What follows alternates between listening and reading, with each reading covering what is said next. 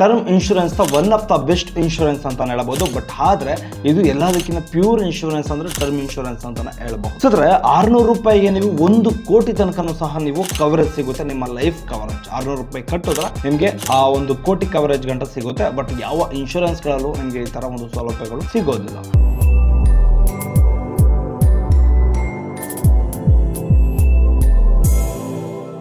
ಬನ್ನಿ ಸ್ನೇಹಿತರೆ, ಇದ್ರ ಬಗ್ಗೆ ಫುಲ್ ಡೀಟೇಲ್ ಆಗಿ ತಿಳ್ಕೊಳ್ತಾ ಹೋಗೋಣ. ದಯವಿಟ್ಟು ನಮ್ಮ ಚಾನಲ್ಗೆ ಯಾರಾದರೂ ಫಸ್ಟ್ ಟೈಮ್ ವಿಸಿಟ್ ಮಾಡಿದ್ರೆ ಕೂಡಲೇ ಸಬ್ಸ್ಕ್ರೈಬ್ ಮಾಡಿಕೊಂಡು ಹಾಗೆ ಬಿಲ್ ಐಕಾನ್ ಬಟನ್ ಮೇಲೆ ಕ್ಲಿಕ್ ಮಾಡಿ.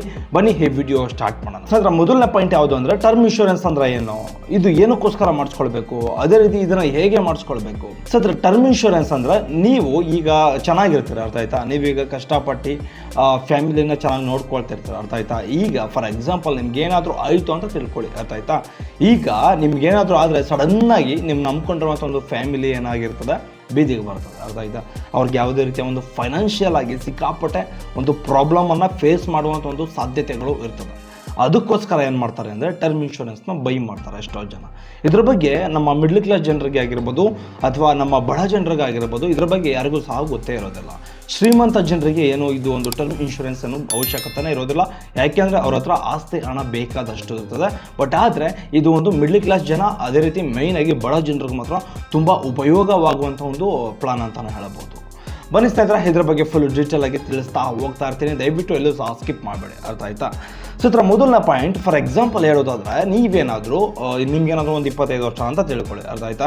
ಈಗ ನೀವು ಟರ್ಮ್ ಇನ್ಶೂರೆನ್ಸ್ನ ತೊಗೊಳ್ಬೇಕು, ಅರ್ಥ ಆಯ್ತಾ. ಈಗ ತಿಂಗಳಿಗೆ 500 ರೂಪಾಯಿ ಥರ ನೀವು ಕಟ್ಕೊಂಡು ಹೋದರೆ ಮಿನಿಮಮ್ ಅಂದ್ರೆ 1 ಕೋಟಿ ಪ್ಲಾನಿಂಗ್ಸನ್ನು ನೀವು ತೊಗೊಳ್ಬೋದು, ಅರ್ಥ ಆಯ್ತಾ. ತಿಂಗಳಿಗೆ 500 ಅಂದರೆ ಒಂದು ವರ್ಷಕ್ಕೆ 6,000 ರೂಪಾಯಿ ಆಗುತ್ತೆ. 6,000 ರೂಪಾಯಿನ ನೀವು ಏನು ಮಾಡ್ಬೋದು ಅಂದರೆ ಒಂದು ವರ್ಷಕ್ಕೆ 6,000 ರೂಪಾಯಿ ಕಟ್ಟಿದ್ರೆ ನಿಮ್ಮ ಲೈಫ್ ಕವರೇಜ್ ಏನು ಸಿಗುತ್ತೆ, ಸುಮಾರು 1 ಕೋಟಿಯಷ್ಟು ಕವರೇಜ್ ಅಂತ ಸಿಗುತ್ತೆ. ಈಗ ಟರ್ಮ್ ಇನ್ಶೂರೆನ್ಸ್ ಬಗ್ಗೆ ಕ್ಲಿಯರ್ ಆಗಿ ಹೇಳ್ತೀನಿ ಕೇಳಿ. ಈಗ ಎಷ್ಟೋ ಜನ ಏನು ಮಾಡಿರ್ತಾರೆ ಅಂದರೆ ಒಂದು ಲೋನ್ ಮೇಲೆ, ಒಂದು ಕಾರ್ ಲೋನ್ ಆಗಿರ್ಬೋದು, ಹೋಮ್ ಲೋನ್ ಆಗಿರ್ಬೋದು ತಗೊಂಡು ಮನೇನ ಕಟ್ಟಿರ್ತಾರೆ, ಅರ್ಥ ಆಯ್ತಾ. ಇನ್ನು ಕೆಲವೊಂದು ಪರ್ಸ್ನಲ್ ಲೋನ್ಗಳಾಗಿರ್ಬೋದು, ಸಣ್ಣ ಪುಟ್ಟ ಲೋನ್ಸ್ಗಳಾಗಿರ್ಬೋದು, ಈಗ ಸಡನ್ನಾಗಿ ಡೆತ್ ಆಗಿಬಿಡ್ತಾರೆ, ಅರ್ಥ ಆಯ್ತಾ. ಈಗ ಹೋಮ್ ಲೋನ್ ತೊಗೊಂಡಿದ್ರೆ ಹೈಯೆಸ್ಟ್ ದುಡ್ಡು ತೊಗೊಳ್ಳುವಂಥದ್ದೇ ಹೋಮ್ ಲೋನ್, ಅರ್ಥ ಆಯ್ತಾ. ಈಗ 50 ಲಕ್ಷದಿಂದ ಹಿಡಿದು 1 ಕೋಟಿ ತನಕನೂ ಸಹ ಒಂದು ಲೋನನ್ನು, ಹೋಮ್ ಲೋನನ್ನು ತೊಗೊಂಡಿರ್ತಾರೆ. ಅವರೇನಾದರೂ ಈಗ ಒಬ್ಬ ಫ್ಯಾಮಿಲಿನಲ್ಲಿ ಒಬ್ಬನೇ ದುಡ್ದು ತೀರಿಸ್ತಾ ಇರ್ತಾನೆ ಅಂತ ತಿಳ್ಕೊಳ್ಳಿ, ಅರ್ಥ ಆಯ್ತಾ. ಒಬ್ಬನ ಮೇಲೆ ಇಡೀ ಫ್ಯಾಮಿಲಿ ಡಿಪೆಂಡ್ ಆಗಿದ್ರೆ ಏನು ಪ್ರಾಬ್ಲಮ್ ಆಗುತ್ತೆ ಅಂದರೆ, ಮೈನಾಗಿ ಈ ಥರ ಡೆತ್ ಆಗಿದ ತಕ್ಷಣ, ಏನಾದರೂ ಹೆಚ್ಚು ಕಡಿಮೆ ಆಗಿದ ತಕ್ಷಣ ಮೈನಾಗಿ ಒಂದು ಸಡನ್ನಾಗಿ ಫೈನಾನ್ಷಿಯಲ್ ಕ್ರಿಟಿಕಲ್ ಬಂದ್ಬಿಡ್ತದೆ. ಆನಂತರ ನೀವೇನು ಮಾಡ್ತೀರಿ ಅಂದರೆ ಸಿಕ್ಕಾಪಟ್ಟೆ ಕಷ್ಟ ಆಗುತ್ತೆ. ಆನಂತರ ಬೇರೆ ಬೇರೆ ರೀತಿಯಲ್ಲೇ ಹೊಂಟೋಗ್ಬಿಡುತ್ತೆ, ಅರ್ಥ ಆಯ್ತಾ. ಒಂಥರ ಸಿಕ್ಕಾಪಟ್ಟೆ ಫೈನಾನ್ಷಿಯಲಲ್ಲಿ ಸಿಕ್ಕಾಪಟ್ಟೆ ಮುಳುಗೋಗ್ತೀರ, ಬೀದಿಗೆ ಬಂದ್ಬಿಡ್ತೀರ ಒಂದೇ ಸಾರಿ. ಇದೆಲ್ಲ ಆಗಬಾರ್ದು ಅಂದರೆ ಈಗ ಟರ್ಮ್ ಇನ್ಶೂರೆನ್ಸ್ ಅಂದರೆ ತುಂಬ ಇಂಪಾರ್ಟೆಂಟ್ ಆಗಿರ್ತದೆ. ಇದನ್ನು ದಯವಿಟ್ಟು ಮೈಂಡಲ್ಲಿ. ಟರ್ಮ್ ಇನ್ಶೂರೆನ್ಸ್ ಯಾವ ರೀತಿ ವರ್ಕ್ ಆಗುತ್ತೆ ಅಂದರೆ, ಈಗ ಸತ್ರ ಫಾರ್ ಎಕ್ಸಾಂಪಲ್ ಹೇಳೋದಾದ್ರೆ ನೀವೇನಾದರೂ ಒಂದು ಹೋಮ್ ಲೋನ್ ತೊಗೊಂಡಿರ್ತೀರ, ಮನೆ ಕಟ್ಟಿರ್ತೀರ ಅಂತ ತಿಳ್ಕೊಳ್ಳಿ. ಈಗ ಬ್ಯಾಂಕ್ನವ್ರು ಏನು ಮಾಡ್ತಾರೆ, ನೀವು ಡೆತ್ ಆಗಿದ ತಕ್ಷಣ ಮನೆ ಮಾರಿ ಅವ್ರ ದುಡ್ಡನ್ನು ಅವರು ಸೆಟಲ್ ಮಾಡ್ಕೊಳ್ತಾರೆ, ಅರ್ಥ ಆಯ್ತಾ. ಅದು ಒಂದು ಮನೆ ಎಷ್ಟು ಕಷ್ಟಪಟ್ಟು ಕಟ್ಟಿಸ್ಕೊಂಡಿರ್ತೀರ ಅಂತ ನಿಮಗೆ ಗೊತ್ತಿರ್ತದೆ, ಅದು ನಿಮ್ಮ ಕನಸು ಸಹ ಆಗಿರ್ತದೆ. ಈಗ ಸಡನ್ನಾಗಿ ಏನಾದರೂ ಹೆಚ್ಚು ಕಡಿಮೆ ಆಗಿ ಡೆತ್ ಆಗಿರ್ತೀರ, ಆನಂತರ ಏನು ಮಾಡ್ತಾರೆ, ಬ್ಯಾಂಕ್ ಅವ್ರು ಬಂದು EMI ಯಾರ ಕೆಲವು ಕಟ್ಟಕ್ಕಾಗಲ್ವಲ್ಲ, ಆನಂತರ ಬ್ಯಾಂಕ್ ಅವ್ರು ಬಂದು ಏನು ಮಾಡ್ತಾರೆ, ಆ ಒಂದು ಮನೆಯನ್ನು ಜಪ್ತಿ ಮಾಡಿ ಹರಾಜ್ಗೆ ಹಾಕ್ತಾರೆ. ಅವ್ರಿಗೆ ಬೇಕಾಗಿರುವಂಥ ಒಂದು ಹಣವನ್ನು ಪಡ್ಕೊಂಡು ಅವರು ಹೊರಟೋಗ್ತಾರೆ, ಅರ್ಥ ಆಯ್ತಾ. ಇದು ಸಿಂಪಲ್ ಮ್ಯಾಟ್ರು, ನಿಮ್ಗೆಲ್ರಿಗೂ ಸಹ ಗೊತ್ತೇ ಇರ್ತದೆ. ಬಟ್ ಆದರೆ ಈ ಥರ ಆಗಬಾರ್ದು ಅಂದರೆ ಏನು ಮಾಡಬೇಕು, ಟರ್ಮ್ ಇನ್ಶೂರೆನ್ಸ್ನ ಬೈ ಮಾಡಬೇಕು.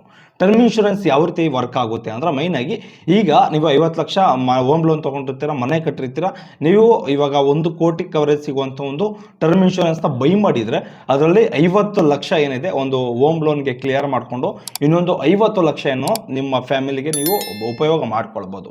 ಇದು ಸಿಂಪಲ್ ಆಗಿ ಅರ್ಥ ಮಾಡಿಸುವಂಥ ಒಂದು ಲಾಜಿಕ್ಕು. ಸೊ ಇದರಲ್ಲಿ ಹಲವಾರು ರೀತಿಯ ಒಂದು ಟರ್ಮ್ ಇನ್ಶೂರೆನ್ಸ್ಗಳಿದೆ. ಬಟ್ ನೀವು ಯಾವ ರೀತಿ ಪ್ಲಾನಿಂಗ್ಸನ್ನು ಮಾಡ್ಕೊಳ್ತೀರೋ ಅದರ ಮೇಲೆ ಡಿಪೆಂಡ್ ಆಗಿರ್ತದೆ. ಈಗ ಫಾರ್ ಎಕ್ಸಾಂಪಲ್ ಎಷ್ಟೋ ಜನಕ್ಕೆ ಇದ್ರ ಬಗ್ಗೆ ಸಿಕ್ಕಾಪಟ್ಟೆ ಡೌಟ್ಸನ್ನು ಬರ್ತಾ ಇರ್ಬೋದು, ಅರ್ಥ ಆಯ್ತಾ. ಈಗ ಸರ್ ಇನ್ಶೂರೆನ್ಸ್ ತೊಗೊಂಡಿದ ತಕ್ಷಣ ಈಗ ಸಡನ್ಲಿ ಡೆತ್ ಆಗಿಬಿಟ್ರೆ ಹಣ ಸಿಗ್ಬೋದು ಅಂತ ನೀವು ಕೇಳ್ಬೋದು. ಖಂಡಿತವಾಗ್ಲೂ ಸಿಗುತ್ತೆ. ನೀವು ಇನ್ಶೂರೆನ್ಸ್ ತೊಗೊಂಡಿರ್ತೀರ, 1 ವರ್ಷ ಕ್ಲಿಯರ್ ಆಗಬೇಕು, ಅರ್ಥ ಆಯ್ತಾ.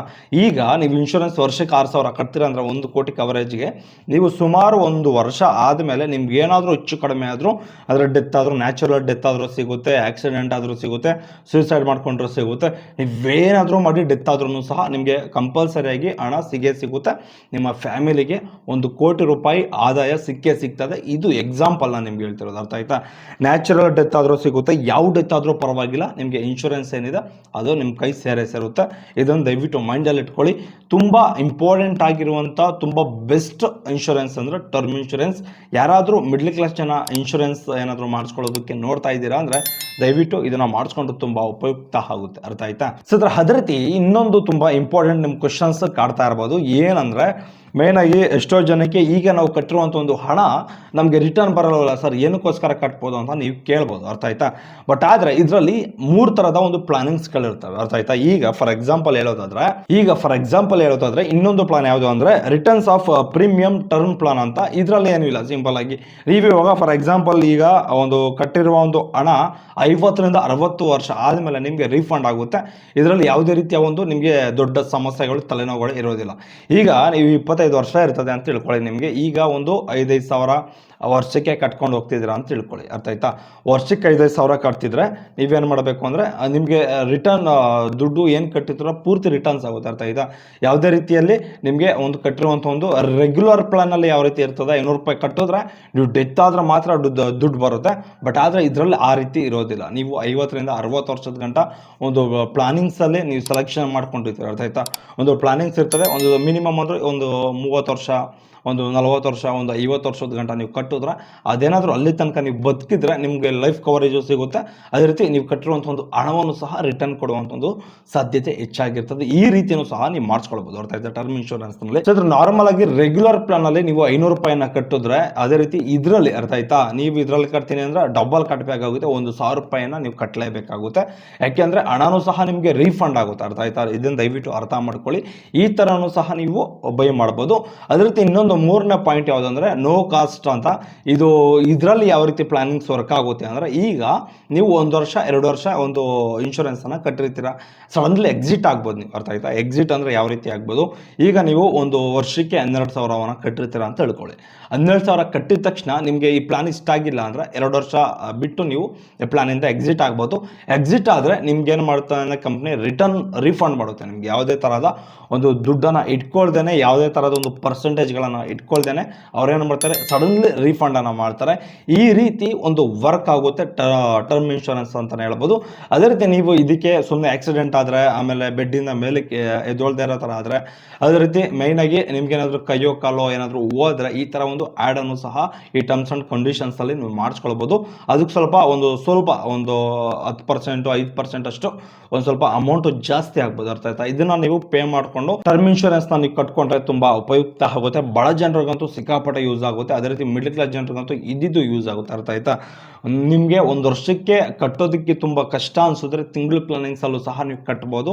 ಮಂತ್ಲಿನೂ ಸಹ ನೀವು ಪೇ ಮಾಡ್ಬೋದು, ಅರ್ಥ ಆಯ್ತಾ? ಇಲ್ಲಾಂದ್ರೆ 6 ತಿಂಗಳು ಒಂದ್ಸರಿನೂ ಸಹ ನೀವು ಕಟ್ಟುವಂಥ ಒಂದು ಪ್ರಯತ್ನ ಮಾಡ್ಬೋದು, ಅರ್ಥ ಆಯ್ತಾ? ನೀವು ಹೇಗೆ ಕಟ್ತೀನಿ ಅಂದರೂ ಟರ್ಮ್ ಇನ್ಶೂರೆನ್ಸ್ನ ಬೈ ಮಾಡ್ಬೋದು, ಅರ್ಥ ಆಯ್ತಾ? ಈ ರೀತಿ ನಿಮ್ಮ ಫ್ಯಾಮಿಲಿಗೆ ಕವರೇಜ್ ಬೇಕು ಅಂದರೆ 1 ಕೋಟಿ ಕವರೇಜ್ ಆಗಿರ್ಬೋದು, 2 ಕೋಟಿ ಕವರೇಜ್ ಆಗಿರ್ಬೋದು, 3 ಕೋಟಿ ಕವರೇಜ್ ಆಗಿರ್ಬೋದು, ಈ ಥರವನ್ನು ನೀವು ಪ್ಲಾನಿಂಗ್ಸನ್ನು ಮಾಡ್ಕೊಳ್ಬೋದು, ಅರ್ಥ ಆಯ್ತಾ? ದಯವಿಟ್ಟು ನಿಮ್ಗೇನಾದರೂ ಈ ವಿಡಿಯೋ ಮೇಲೆ ಏನಾದರೂ ಡೌಟ್ಸ್ಗಳಿದ್ರೆ ದಯವಿಟ್ಟು ಕಮೆಂಟನ್ನು ಮಾಡಿ. ಅದೇ ರೀತಿ ಇದ್ರ ಬಗ್ಗೆ ನಿಮ್ಗೆ ಏನಾದರೂ ಡೌಟ್ಸ್ಗಳಿದ್ರೂ ಸಹ ಕಮೆಂಟ್ ಮಾಡಿ, ಅರ್ಥ ಆಯ್ತಾ? ಪ್ಲಾನಿಂಗ್ಸ್ಗಳ ಬಗ್ಗೆ.